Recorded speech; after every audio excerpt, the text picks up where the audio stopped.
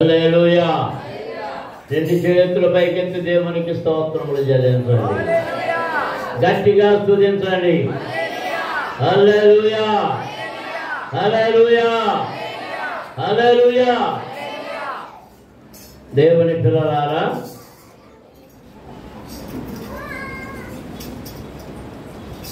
మరి పాద్రమ్మ గారు చెప్పింది కదా, గురువారం ఉదయం 9:30 గంటలకు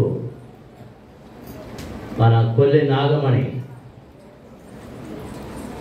తన భర్త రమేష్ గత వారంలో ప్రభు సన్నిధికి చేరినందుచేత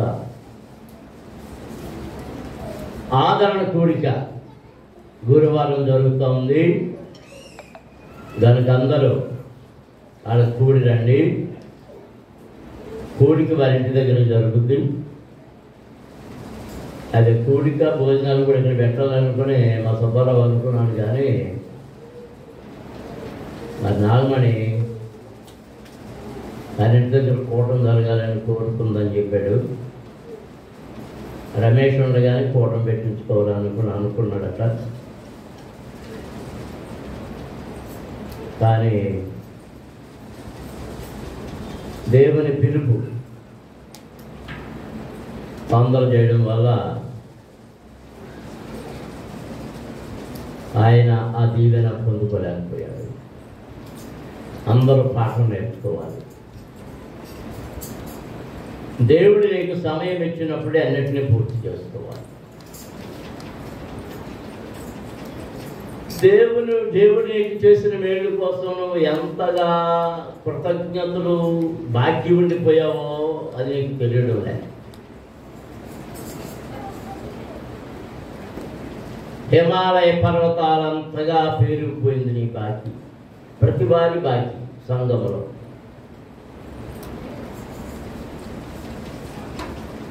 ఒకప్పుడు సంఘము చిన్నగా ఉన్నప్పుడు కూడికలు పెట్టడానికి మాకు సమయం సరిపోయేది కాదు. ఒక్కోసారి ఒకే రోజున 2 కూడికలు పెట్టవలసి వచ్చేది. జూన్ నెల స్కూళ్ళు ప్రారంభమవుతాయి అనగా మే నెల మధ్యలో నుండి ప్రారంభమయ్యేది. పిల్లలు స్కూల్కి వెళ్ళిపోతామండి, ప్రార్థన పెట్టాలి. ఇప్పుడు స్కూల్ ప్రారంభం లేదు, ముగింపు లేదు, ప్యాసో లేదు, ఫీజు లేదు, ఏమీ లేదు. కృతజ్ఞత చెల్లించడం మర్చిపోయారు. ప్రభు దగ్గరికి 10 మంది కుష్ఠరోగులు, ప్రభువా మమ్మల్ని శుద్ధి చేయి అని అడిగారు. ఒరే మీరు బాగుపడ్డారు అనుకుంటారా అన్న. మోషే నియమించిన ప్రకారముగా నీ దేహములో యాజకునికి కనపరుచుకొని అక్కడ మీరు చెల్లించవలసినటువంటి నియమం ప్రకారంగా చెల్లించవలసిన వాటిని చెల్లించరండి అని. ఎంతమంది చెప్పాలి? 10 మంది. ప్రభు దగ్గరికి ఎంతమంది వచ్చారో తెలుసా? ఒక్కడే.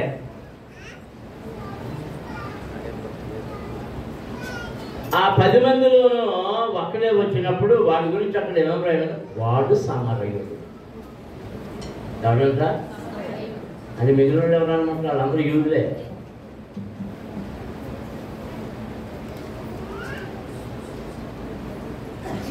బయట నుండి సమరయుడు, వారిలోనికి అంగీకరింపబడని వాడు దేవునికి ప్రభుత్వ కృతజ్ఞత చెల్లించడానికి వచ్చాడు. కానీ వీళ్ళు మాత్రం ఎక్కడ అక్కడ వెళ్ళిపోయారు. ప్రభు అన్నాడు, మిగిలిన 9 ఎక్కడ? గురువారం రాత్రి కూడా మీ గురించి పరలోకంలో ఇదే ప్రశ్న వచ్చి ఉంటుంది. వారెక్కడ? వారెక్కడ? నీకు వస్తుంది, నువ్వే వచ్చి నీ కుటుంబీకులు మిగిలిన వాళ్ళతో వారెక్కడ?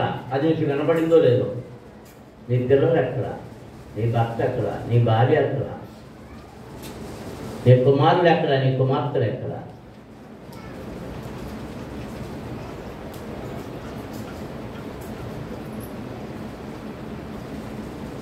ఇలా పాపం చేయించడానికి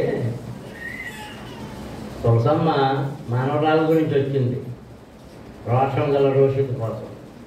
అది ఏ ఊరిలో ఉంది?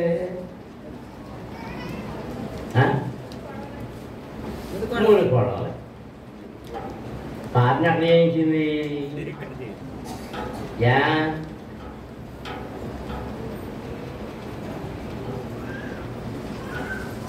వాళ్ళమ్మ ఎక్కడదే, వాళ్ళ నాయనమ్మ ఎక్కడదే.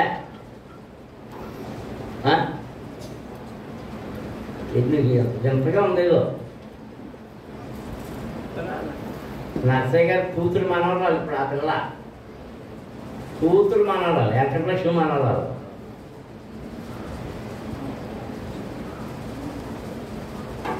అంటే ఆ పిల్ల ఇప్పుడు తులసికి ఏంటి? కూతురు పెట్టి మనవరాలు, కుటుంబం.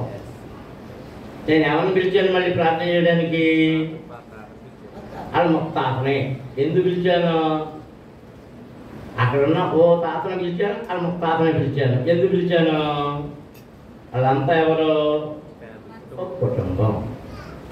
వాళ్ళ ముక్తాత వస్తా ఏమనేసాడు? ప్రశ్న, మమ్మల్ని మాకేమని చెప్పారా? మమ్మల్ని పిలిచారా అన్నాడే లేదా? చెప్పండి. అంటే వాళ్ళ మీద కోపం వచ్చేసిందా లేదా? మరి ముత్తాతకి ఎంత కోపం వస్తే మరి ఆ ముత్తాత మరి ఏమన్నా పెట్టాడో లేదో నాకు తెలదు. కానీ ఇది ప్రశ్న చేసినందుకు మరి బంగారం ఏమన్నా కొని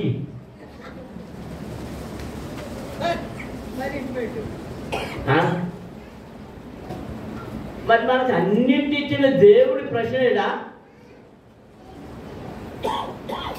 దేవుడి ప్రశ్న రాస్తాడు.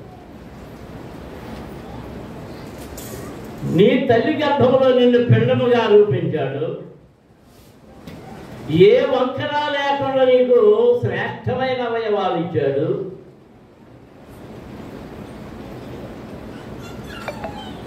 నిన్ను ప్రాణముతో ఉండజేశాడు, ఆరోగ్యముతో ఉండజేశాడు. ఆహారం తినడకు, నీరు త్రాగుటకు, ఊపిరి పీల్చుకోవడానికి అన్నిటినీ అనుకూలత దయచేసి నిన్ను క్షేమంగా కాపాడుతున్న దేవుడికి నీవు చెల్లించాల్సిన కృతజ్ఞతలు చెల్లించకపోతే నిన్ను గమనిస్తున్నాడు, అందరినీ గమనిస్తున్నాడు. ఎప్పుడు స్విచ్ ఆపేస్తాడో తెలియదు. మీరు ఎప్పుడైనా అధ్యయనంలో ఉన్నారో లేదో? నేను చదువుకునేటప్పుడు అధ్యయనంలో రాయమండ్రిలో ఉండేవాళ్ళం. అద్దె ప్లస్ కరెంటు బిల్లు కట్టాలి. రాత్రి 8:30, 9 దాటాక ఆ వాటర్ వచ్చి లైట్లు ఆపేశారు.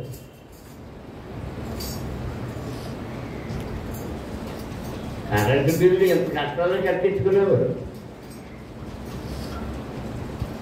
కానీ టైం ప్రకారం నీళ్లు కూడా టైం ప్రకారం మీరు 8 గంటల లోపలే పట్టుకోవాలి నీళ్లు. పట్టుకోవడం లేదు. అరే అద్దె ఇంట్లో మన మనుషుడే నీకు అన్ని రూల్స్ పెడితే ఉచితంగా అన్ని ఇచ్చిన దేవుడు నువ్వేం చేస్తున్నావో గమనించడా? గమనిస్తాడు. జాగ్రత్త. దేవుని నుండి మేలు పొందగోరే వారెవరు? ఏది చూపించండి. కీర్తన గ్రంథంలో ప్రశ్న ఉంది. మేలు నందుచు బ్రతుకగోరు వాడెవడైనా ఉన్నాడా? ఉందా లేదా?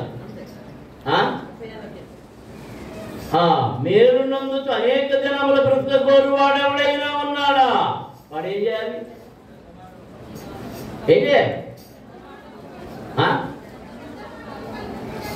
చెడ్డ మాటలు పలకకుండా నీ నాలుకను, కపటమైన మాటలు పలకకుండా నీ పెదవులను కాచుకొనుము. కీడు చేయడము అని మేలు చేయము. సమాధానము వెతికి దానిని వెంటాడుము. యెహోవా దృష్టి ఎవరి మీద ఉంది? చెప్పాలందరూ. యెహోవా దృష్టి ఎవరి మీద ఉంది? నీతిమంతుల మీద ఉన్నది. అందరూ దేవునికి స్తోత్రం చెల్లించాలి. హల్లెలూయా. అంటే ఆయన దృష్టి నీతిమంతుల మీద ఉన్నప్పుడు నీతిమంతులకు ఏ శోధన ఏ కీడు రాకుండా ఆయన కాచి కాపాడుతున్నాడు. మలాకీలో మనం చదివితే యెహోవా తన దృష్టి లోకమందంతటా సంచారం చేస్తుంది. యెహోవా యందు భయభక్తులు గల వారి మీద తన కృప చూపించడానికి, తన కరుణ చూపించడానికి. దేవునికి స్తోత్రం. హల్లెలూయా. మనం దేవుడిచ్చింది పొందుకొని పీకల దాకా తినేసి ఆ టీవీ చూస్తావా అని చివరిగా ఆ బొసే మిగులుతుంది, ఆ గోడక. జాగ్రత్త. దేవుని అలక్ష్యము చేయటండి. మనుషులను అలక్ష్యం చేసిన దేవుని అలక్ష్యం చేయరాదు. దేవునికి స్తోత్రం. దేవుని వాక్యములోనికి వెళదాం. ప్రకటన గ్రంథములో 2వ అధ్యాయం. ఈరోజు ప్రత్యేకంగా ఒక సంగతిని జ్ఞాపకం చేయడానికి, హెచ్చరించడానికి సంఘం బిడ్డలందరూ జాగ్రత్తగా వాక్యాలను మీ హృదయంలో పెట్టుకోవాలి, వినాలి. మీరు ఎంతటి తప్పుడు మార్గాల్లో ఉంటున్నారో దాన్ని అర్థం చేసుకోవాలి. 18వ వచనం నుండి 23వ వచనం వరకు చదువుతాం. తుయతైరలో ఉన్న సంఘపు దూతకు ఏలాగు వ్రాయమో, అగ్నిజ్వాల వంటి కన్నులను, అపరంజుని పోలిన పాదములను గల దేవుని కుమారుడు చెప్పు సంగతులేమనగా, నీ క్రియలను, నీ ప్రేమను, నీ విశ్వాసమును, నీ పరిచర్యను, నీ సహనమును నేను ఎరుగుదును. నీ మొదటి క్రియల కన్నా కడపడి క్రియలు మరి ఎక్కువైనవని ఎరుగుదును. అయినను నీ మీద తప్పు ఒకటి మోపవలసి ఉన్నది. అదేదనగా, తాను ప్రవక్తినని చెప్పుకొనుతున్న యజబెలు స్త్రీని నీవుండజించుతున్నావు. జారత్వము చేయుటకును, విగ్రహములకు బలిచ్చిన వాటిని తిరుగుకును, అది నా దాసులకు బోధించుతూ వారిని మోసపరుచుతున్నది. మారు మనసు పొందినకు నేను దానికి సమయం ఇచ్చితేనే గాని అది తన జాగ్రత్తను విడిచిపెట్టి మారు మనసు పొందనవలదు. ఇదిగో నేను దానిని మంచము పట్టించి దానితో వ్యభిచరించు వారు దాని క్రియల విషయమై మారు మనసు పొందితేనే గాని వారిని బహుశ్రమల పాలు చేతును, దాని పిల్లలను నిశ్చయముగా చంపెదను. అందువలన అంతరింద్రియములను హృదయములను పరీక్షించువాడను నేనే అని సంగములను తెలుసుకొను. మరియు మీరు ప్రతివానికి వాని వాని క్రియల చొప్పున ప్రతిఫలము ఇచ్చేదను. దేవునికి స్తోత్రం. హల్లెలూయా, హల్లెలూయా, హల్లెలూయా, హల్లెలూయా. కాలువలు వంచండి, కళ్ళు మూసుకోనండి, చిన్న ప్రార్థన చేసుకుంటాం. మీరు ప్రభువుని అడగాలి, ప్రభువా నాతో వ్యక్తిగతంగా మాట్లాడండి, నాతో మాట్లాడండి, నాతో మాట్లాడండి. నీ వాక్యం ద్వారా నన్ను బలపరచండి, నన్ను హెచ్చరించండి, నన్ను సరిచేయండి. నాలోని వంకర మార్గంలో నాకు ఎత్తి చూపించండి, తప్పుడు మార్గంలో ఎత్తి చూపించండి అని ప్రభుని అడగాలి. స్తోత్రం. హల్లెలూయా, హల్లెలూయా, హల్లెలూయా. పరమ తండ్రి, పరిశుద్ధ దేవ, జీవాధిపతి నీకు స్తోత్రములు. ఎంతవరకు మీ సన్నిధిలో పాడాము, స్తుతించాము, ఘనపరిచాము, మహిమపరిచాము. మీ వాక్యము కొరకు మీ సన్నిధిలో నిలిచి ఉన్నాము. నీ దాసుడనైన నేను బలహీనుడను, అయోగ్యుడను, అజ్ఞానుని, వాక్య జ్ఞానము లేని వాడను. నాయన, నా శరీరమును ముట్టండి, నా గొంతుకును ముట్టండి, నా నాలుకను ముట్టండి, నా గుండెను ముట్టండి, నా దేహమును ముట్టండి, నా ఆలోచన ముట్టండి, నా పెదవులు కాల్చండి, నా నాలుక కాల్చండి, నన్ను మీ శిరోచారు రాయని మీ ఆత్మ చేత అభిషేకించండి. నాయన, నాలో నుండి మీ స్వరాన్ని నీ ప్రజలకు వినిపించండి. నాకు మీ నోటికి బోరుగా వాడుకోనండి ప్రభువా. ఆ బోరులో నుండి స్వరాన్ని నీ ప్రజలకు వినిపించి వెనుకడిలో ప్రతి ఒక్కరిని దీవించమని యేసు నామమున అడుగుచున్నాము తండ్రి, ఆమేన్. దేవునికి స్తోత్రం. సంతోషంగా ఉన్న వారందరూ దేవునికి స్తోత్రాలు చెల్లించండి. దేవుని నమ్మిన వారు మాత్రం దేవునికి స్తోత్రాలు చెల్లించండి. ఆయనే నా రక్షణకర్త అన్న వారు మాత్రం దేవునికి స్తోత్రాలు చెల్లించండి. ఆయన నా విమోచకుడు అన్నవారు దేవునికి స్తోత్రాలు చెల్లించండి. హల్లెలూయా. నిజముగా దేవుని మీద విశ్వాసము కలిగిన వారు దేవునికి స్తోత్రాలు చెల్లించండి. హల్లెలూయా.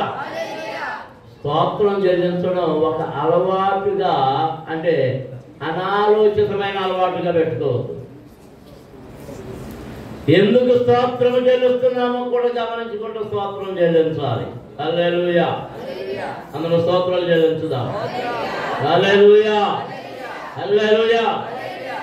స్తోత్రాలు చెల్లిస్తే పరలోకం వెళ్ళిపోతే, నేను మరోసారి చెప్తున్నా, స్తోత్రాలు చెల్లించడం వల్ల పరలోకం వెళ్ళిపోతే మనకంటే ఎక్కువ స్తోత్రాలు చెల్లిస్తారు బయట వాళ్ళు, మారు మనసు లేనట్టు. ఇక అదే పని పెట్టుకుంటారు. స్తోత్రాలు చెల్లించినంత మాత్రం పరలోకం వెళ్ళం, కానీ మారు మనసు పొందిన మనము మాత్రం స్తోత్రం తప్పక చెల్లించాలి. దేవునికి స్తోత్రం. హల్లెలూయా, హల్లెలూయా. అది కాపర్ కూడా అది మన పిల్లడు అనుకుంటున్నాను కదా. వాళ్ళిద్దరూ ఒకలా ఉండి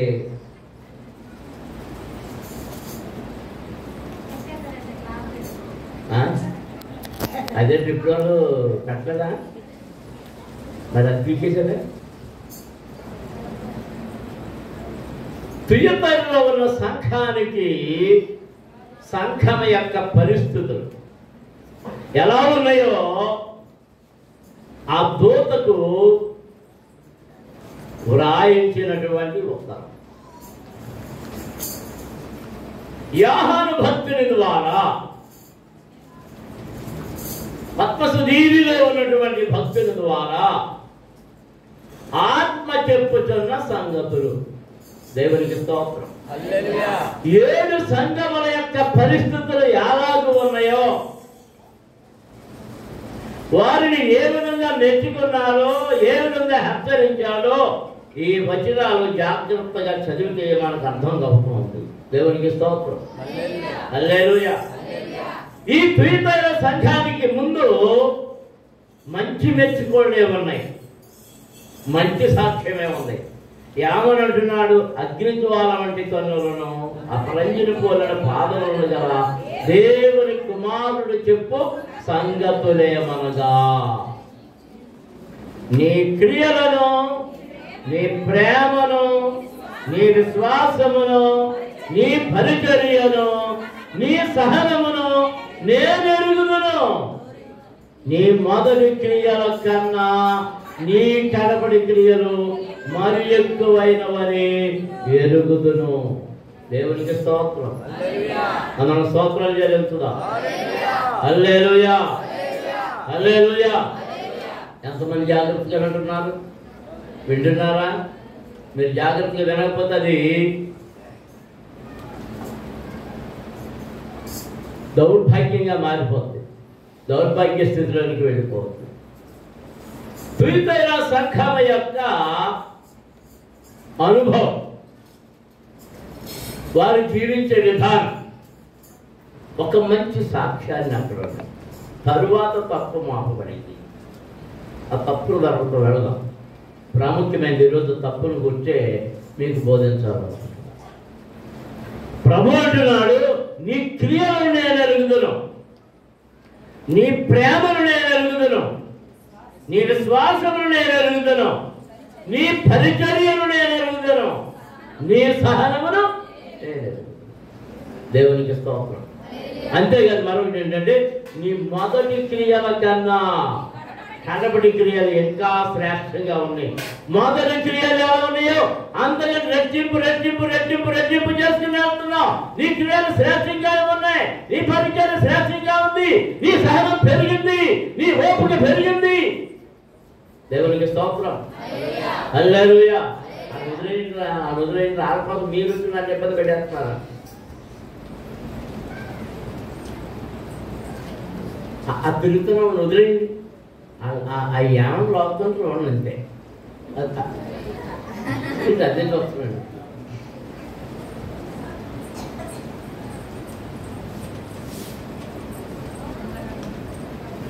ఏమి అడుగుతున్నట్టు ఆయన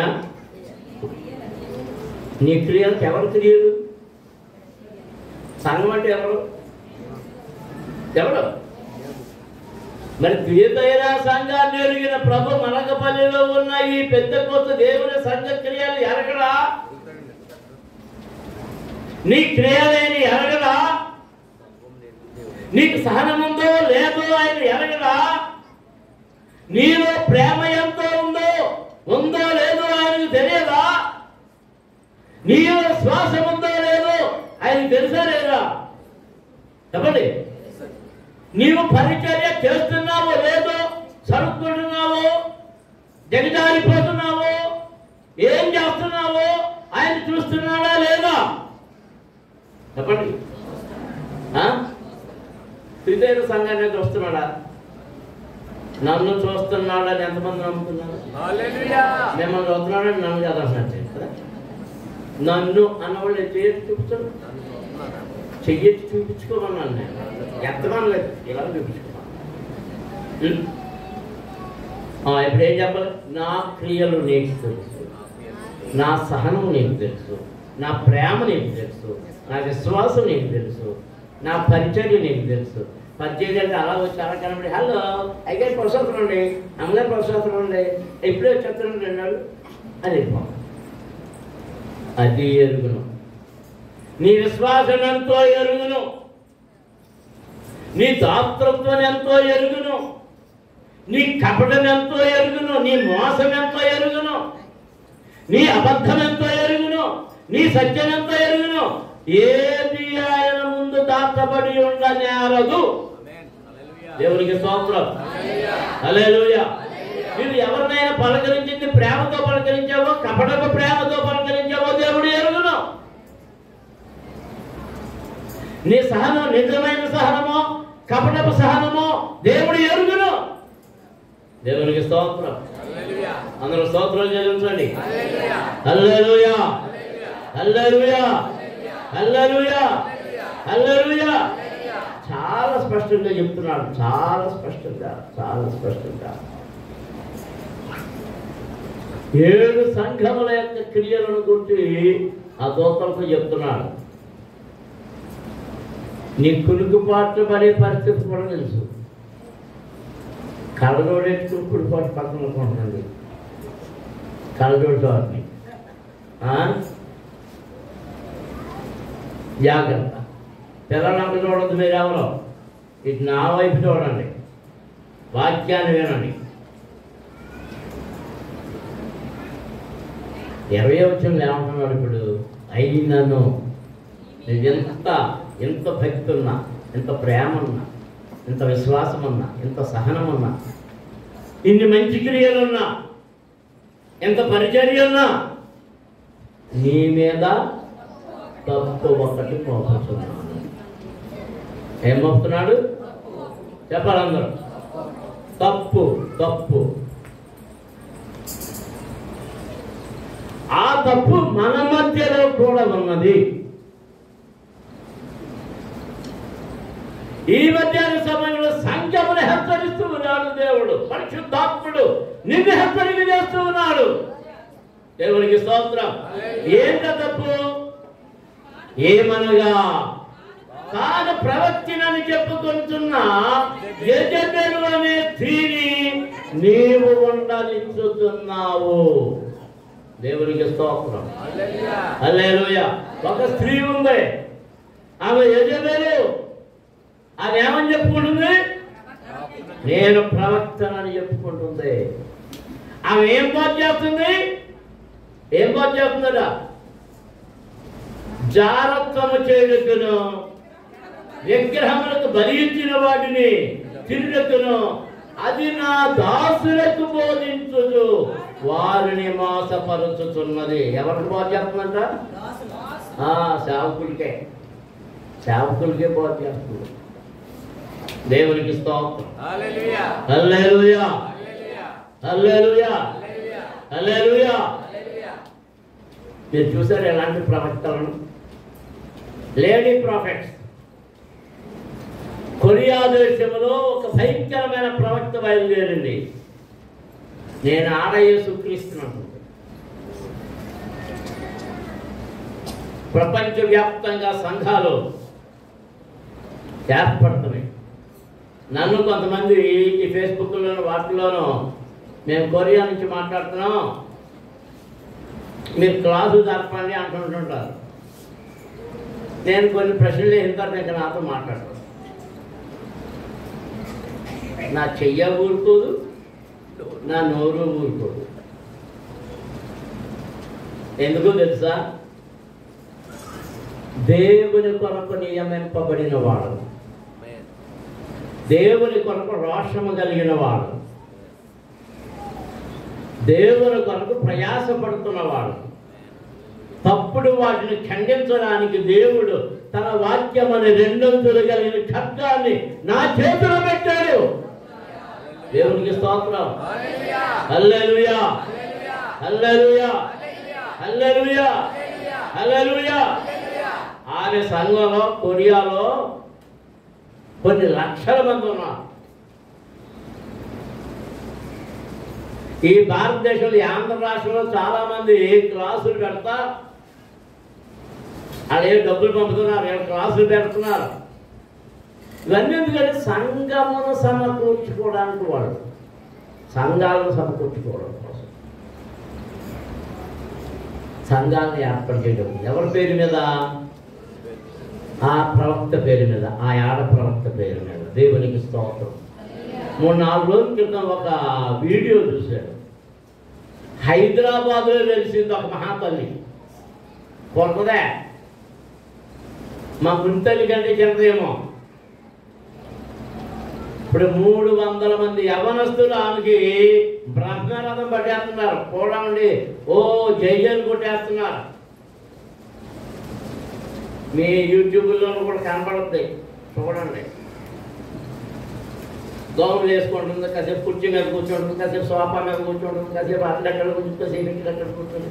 నాతో, ఓయ్ నువ్వు ఏం చేస్తున్నావురా, నీకు చెప్పింది నువ్వు చేస్తున్నావు.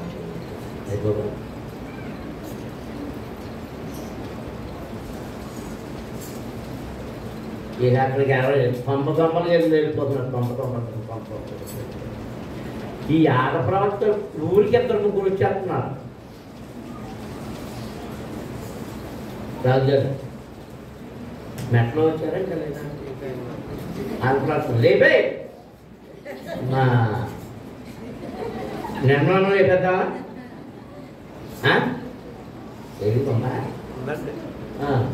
లేకపోతే వాళ్ళ అమ్మని అయిపోద్దాం. మా అమ్మాయి రోజు సరసమ్మని ఏది ఎక్కడ నువ్వు మా ఇంటి తెల్లవాడి కేరళ కట్టేసుకుని మంచి కుర్చీ వేసుకొని కూర్చుని దేవుడు నాతో మాట్లాడుతున్నాడు, రండి ఎక్కడ కంటమే.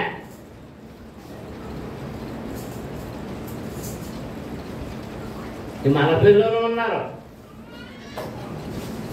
ధర్మాలలోనూ ఉన్నారు, పెద్దలోనూ ఉన్నారు, బలిపాడులోనూ ఉన్నారు. ఏరియా నాగరాజు గారా ఉన్నారా లేదా?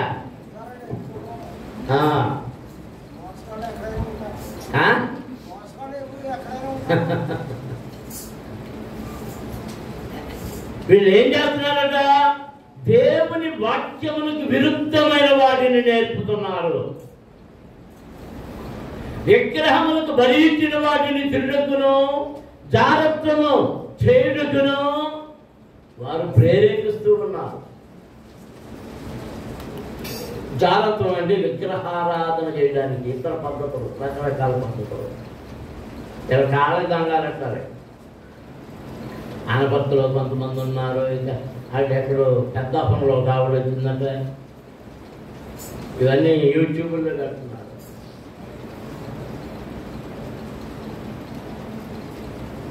అందరూ అమ్మగారులు అయిపోతున్నారు. నేను అప్పుడప్పుడు మా పాఠం కూడా ఈ అబద్ధ ప్రాంతంలో చెప్పేందుకు కూడా అనుకున్నాను.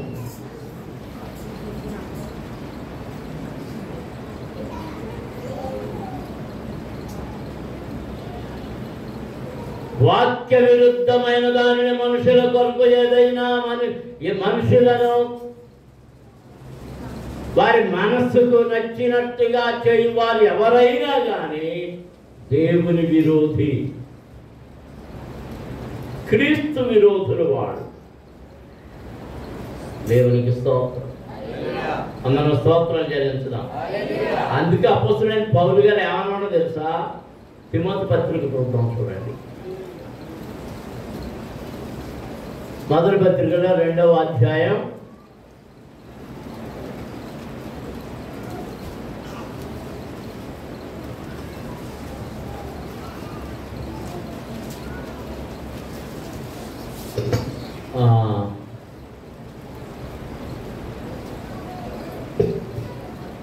9వ వచనం చదువుతాం.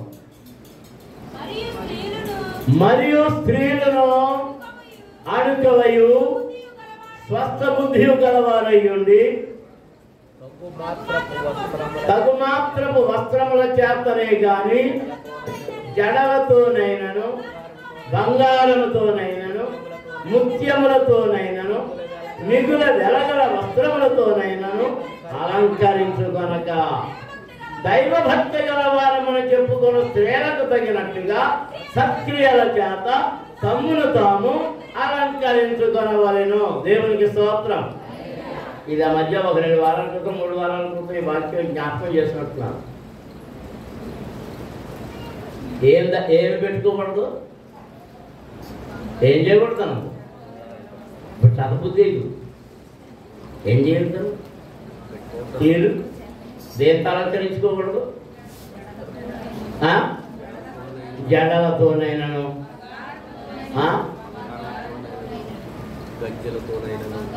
ఒంటి మీద ఉన్నాయి. అందుకేనండి నేను ఎప్పుడు పెట్టుకున్నాను, చెడకుడు బంగారం పెట్టుకున్నాను. మొన్న ఒకడు ఈ ఫేస్బుక్లో ఒక ఫోటో పెట్టి ఎవరు ఆనందం అంటున్నాడు.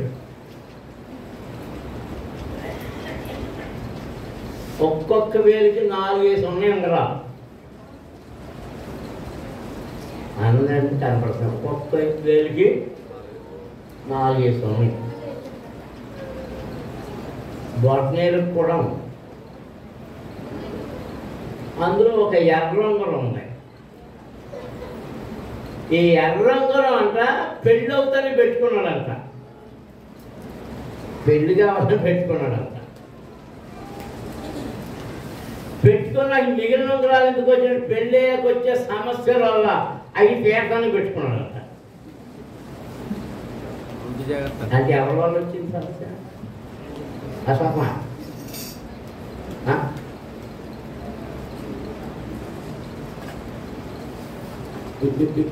ఈ కాలం పెళ్ళైనోడికి అర్థం అవుతుంది. పెళ్ళి అవుతా లేదని పెట్టుకున్నాడు.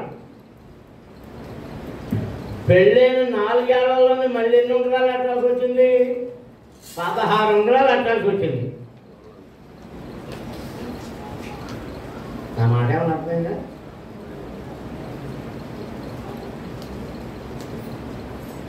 చెవిగలవాడు ఆత్మ చెప్పుతున్న మాటలను వినుగాక. దేవునికి స్తోత్రం. హల్లెలూయా.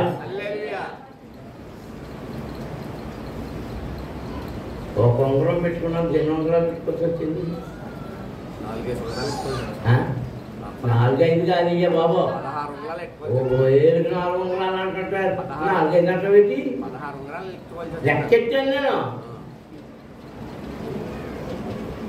17 ఉంగరాలు 18 ఉంగరాలు కనపడుతున్నాయి. ఎర్రదాన్ని మాత్రం అక్కడ మెన్షన్ చేశాడు, పెళ్లి కోసం పెట్టుకున్నాడు ఆయన. అతను పెళ్ళం వచ్చాక తిప్పలన్నీ తప్పడం కోసం పెట్టుకున్నాడు అంటే మీకు.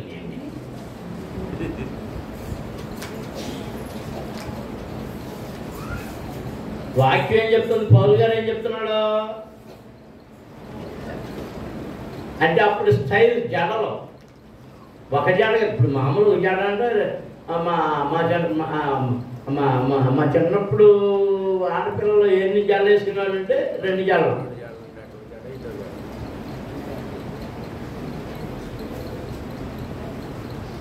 చైనాలో ఎన్ని జడలు వేసుకుంటారో తెలుసా స్టైల్?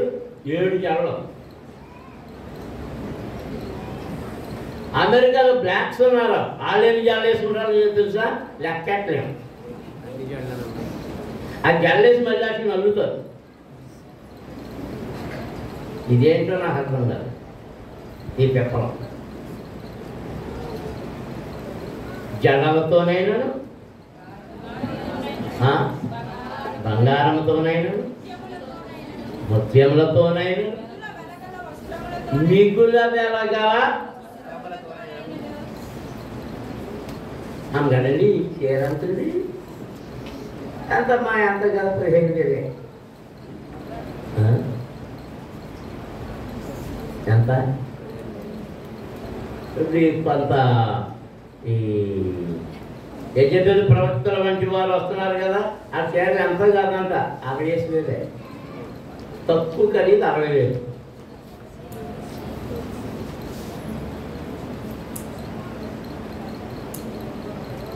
మిగుల వెలగల వస్త్రములతోనైనా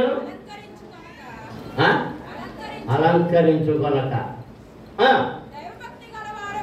దైవ భక్తి గలవారమని తగినట్టుగా సత్క్రియల చేత తమ్మును తాము అలంకరించుకొనవలెను. ఇది అలంకరణ, ఇది అలంకరణ. క్రైస్తవ స్త్రీల యొక్క అలంకరణ సత్క్రియలు. వెండి బంగారాలు కాదు, వస్తువులు కాదు, పువ్వులు ఇవి కాదు.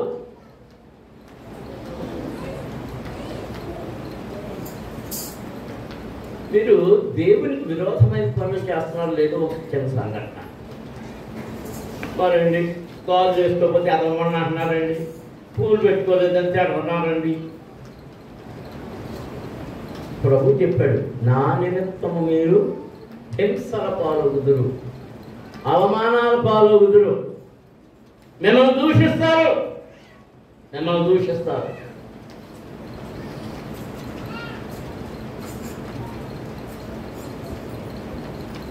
పువ్వులు ఎవరు పెట్టుకుంటారో అని నేను మీకు 4-5 వారాల క్రితం చెప్పాను. హెచ్కల్ గ్రామంలో 8 దాన్ని చూపించాను.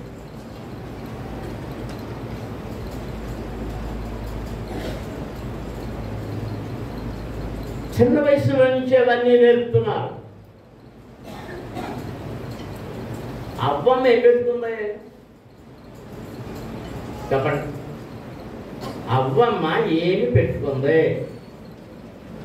ఏ పువ్వులు పెట్టుకుంది?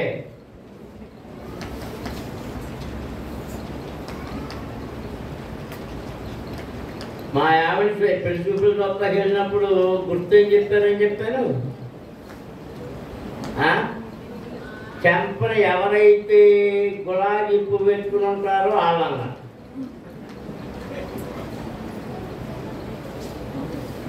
గుర్తు అది. ఇదిగో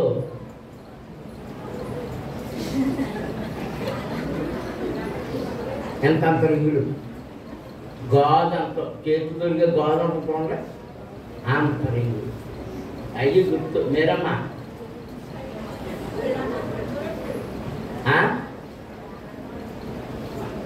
పెట్టుకున్నారు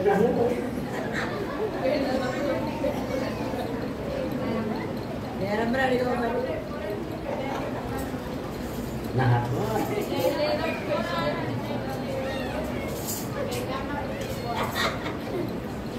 నేను అదేనమ్మా చెప్తుంటా.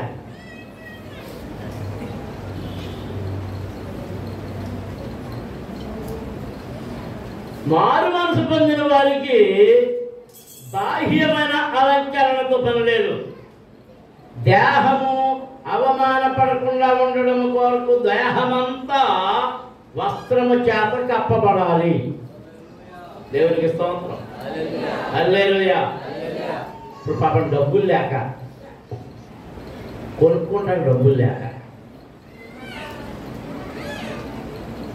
కిటికీలు బట్టలు,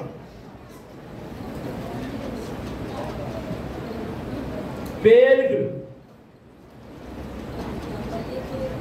మా చిన్నప్పుడు పిచ్చంకయ్యమ్మని ఉండేది. ఆమె వేసుకునే డ్రెస్ వేసుకుంటున్నారు. పిచ్చంకమ్మని ఎంతమంది తెలుసు? ఎంతమంది తెలుసు? ఆమె తెలుసు. ఆమె డ్రెస్సులు ఇప్పుడు వీళ్ళందరూ వేసుకుంటున్నారు. ఈ పిల్లకాయ ఆ డ్రెస్ ఎవరితే చెప్పండి, ఎవరుతాను? పిచ్చంకం. పిచ్చంకం ఈ మాట అన్నారు మీరు. పిచ్చంకం అంటే మీరు ఏదో డ్రెస్లు అలాంటి అనమాట.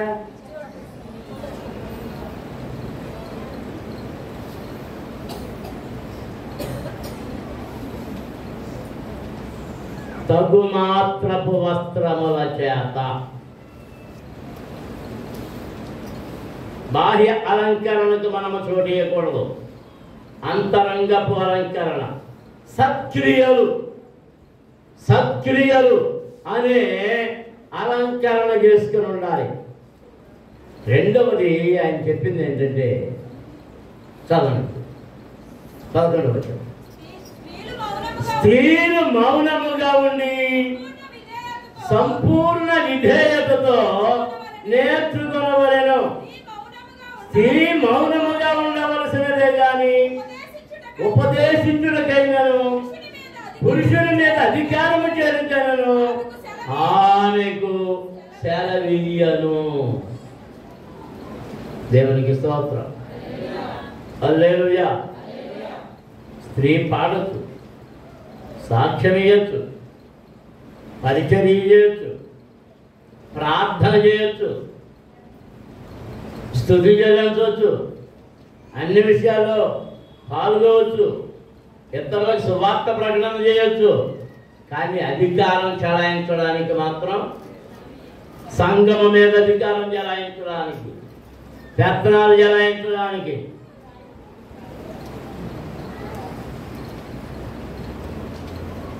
అధికారం ఉన్నట్టుగా ప్రదర్శన చేయడానికి స్త్రీకు నేను అధికారమును ఇవ్వడం లేదు. దేవునికి స్తోత్రం. అందరూ స్తోత్రాలు చెల్లించుదాం. హల్లెలూయా. స్త్రీ ఎవరిని ఆశీర్వదించకూడదు. సంఘంలో ఆశీర్వాదపు వచనాలు అంటే ముగింపు ప్రార్థన తర్వాత ఏం చెప్పాలి? ఆశీర్వాదం. ఆశీర్వాదం ఎవరు చెప్పాలంటే దైవజనుడు ఒక్కడే చెప్పాలి, స్త్రీలు చెప్పకూడదు.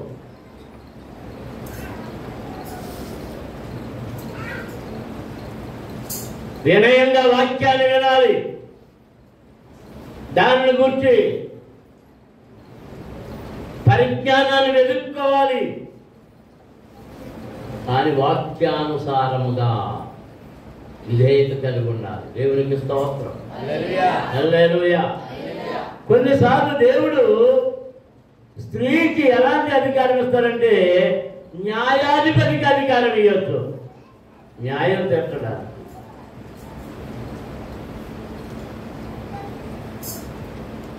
మనం అలా దెబోరాని చూస్తున్నాం. ఇంకా ప్రవక్తలు ఉన్నారు, స్త్రీ ప్రవక్తలు. హోదా అనే ప్రవక్త ఉంది, ప్రవచనం చెప్పడానికి. విస్తారమైన ప్రవక్తలు లేరు, స్త్రీ ప్రవక్తలు అత్యంత కొద్ది మంది మాత్రమే. మిరియాము ప్రవక్తగా చెప్పబడింది, కానీ ఏం ప్రవచించింది? స్తుతి గీతం పాట మాత్రమే ప్రవచించింది. ఆమె కూడా ఎవరి మీద కోపం ఇచ్చింది?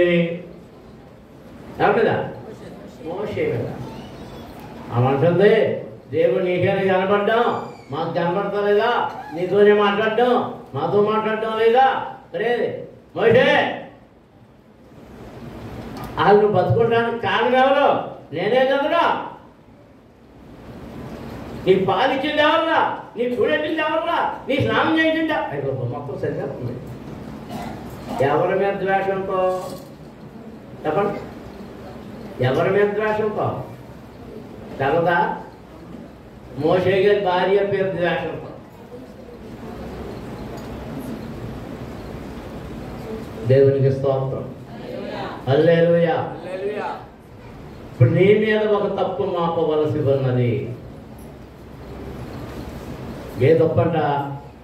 విగ్రహములకు బలి ఇచ్చు వాటిని తినుటకు ప్రేరేపిస్తున్న యెజెబెలు వంటి ప్రవక్తని నీ మధ్య ఉండనిస్తున్నావు. దేవునికి స్తోత్రం. హల్లెలూయా, హల్లెలూయా. నేను ముగించేస్తున్నాను. మీరు గుసగుసలాడి వెళ్ళిపోతుంటారు. ఎవరితో? నాతో కాదు, ఎవరితో? మీ గుసగుసల ఫలితం తిట్లు తింటుందండి. చాలా తడుపుకోండి. సమస్త ప్రార్థనల గురించి తిట్లు తింటాయి. ఈ జనాభాల గొడవ గురించి తిట్లు తింటాయి.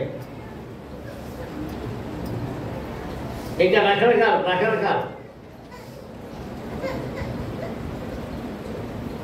నీ స్వంత ఆలోచనలు. మన ఎక్కడో ఏంటి గృహ శంకుస్థాపనకి ఎక్కడికి వెళ్ళేటప్పటికి అయిపోయింది అనుకోండి, అది ఏదో సంతే. అంటే మీకు ఎవరంటే భయం లేదు?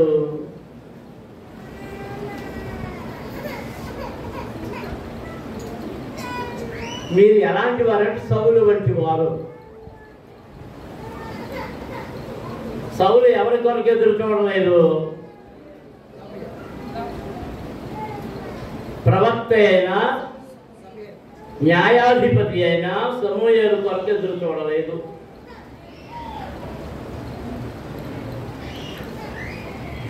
సమూయేలు వచ్చాడు, అయ్యా రే నడవరా బరులు అర్పించుదా అన్నాడు.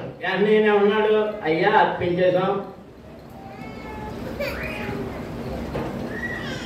మీరు ఇంకా రాలేదని, ఆలస్యమైందని, పిల్లలు స్త్రీలు తొందరపడుతున్నారని, వాళ్ళకి ఆకలి అయిపోతున్నాయని, అదని ఇదని, ఆయన వచ్చినా చేసేది ఇదే కదా, దానికి మేమే చేసేద్దామని బరులు అర్పించేసి చేసాం. బరులు ఎవరు అర్పించాలి?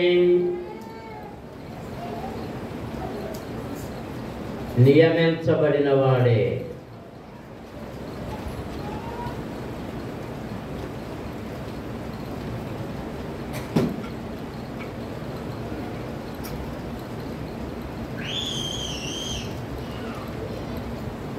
కొన్ని జారత్వపు పనులు అంటే ఏంటో తెలుసా?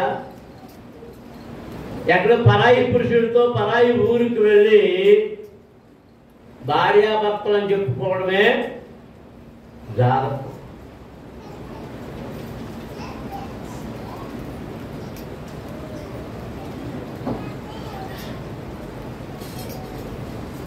ఒక సంఘములో ఉండి సంఘ నియమాలు, సంఘ పద్ధతులు,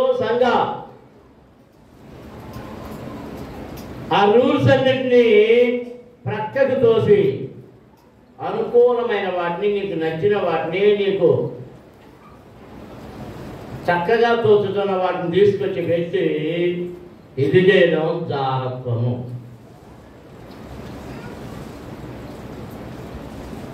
నేను ఈ మధ్య కొంత ప్రసంగికులను కూడా అంగీకరించలేకపోవడానికి కారణం ఏంటంటే దేవుని ఆత్మ నన్ను గద్దిస్తున్నందుచేత.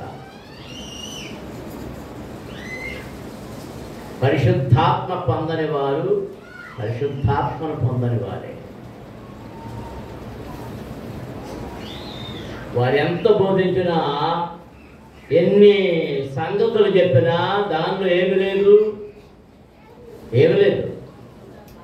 పరిశుద్ధాత్ముడు లేదు.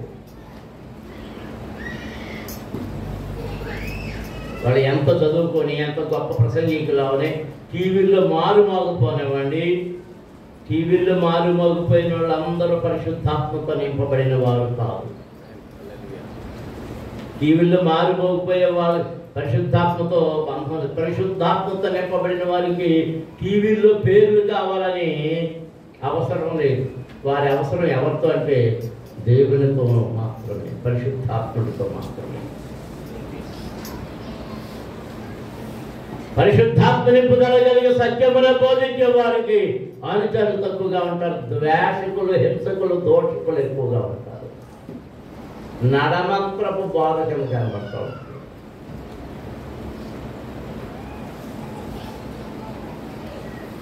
ధనము నాశించేవారు అందరినీ ఆకర్షించుకుంటారు. నువ్వు గొప్పది వది నువ్వు ఇది అనేటప్పటికీ ఆ ధనం మీ దగ్గరికి చేరుతా ఉంది. ధనం ఎప్పుడైతే ఎవరి దగ్గరికి చేరుతుందో వారు దేవుని సేవకులు. విస్తారమైన ధనం చేరిన వాళ్ళు దేవునితో ఉండలేరు. ధనముతో వారు, వారితో ధనం మాత్రం ఉంటుంది. వారు యెజబెలు వలె మారిపోతున్నారు. యెజబెలు వలె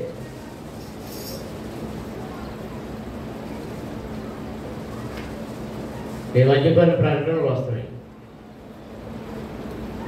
ఒకనొక సేవకుడితో భోజనం చేయడానికి 10,000 కట్టాలి. అక్కడే కూర్చోడు, హాల్లోకి వెళ్తాడు.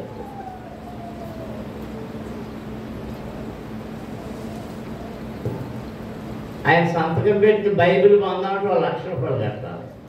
బైబిల్ అంతా కొన్ని ఇంకా ఖరీదంటూ 2,000, 3,000 ఉంటుంది. పోనీ ఖరీదైన బైబిల్ అనుకుంటాం. ఆ బైబిల్ పొందాలంటే ఇప్పుడు సంతకం ఖరీదు ఎంత అనమాట? 1,00,000 రూపాయలు. ఎందుకు పనికొస్తుంది? ఈ 1,00,000 రూపాయలు పెట్టుకుంటే ఏమన్నా మన బ్యాంకులో మారుతుందా?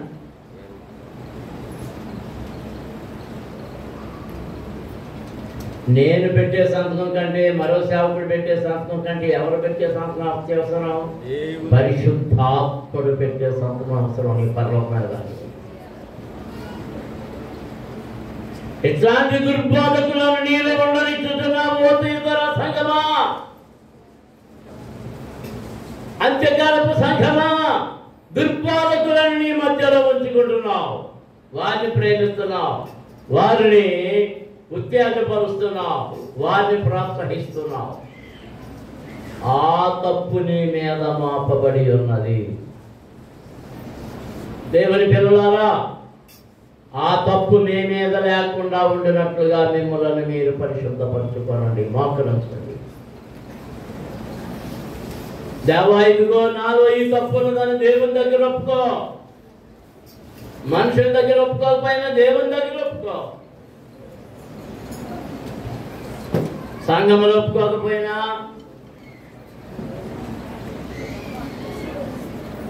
సేవకుల దగ్గర ఒప్పుకోకపోయినా, ఎవరి దగ్గర ఒప్పుకోకపోయినా, నీ అంతరంగములో నిన్ను ఎరిగిన వాడైనా నీ దేవుని దగ్గర ఒప్పుకో.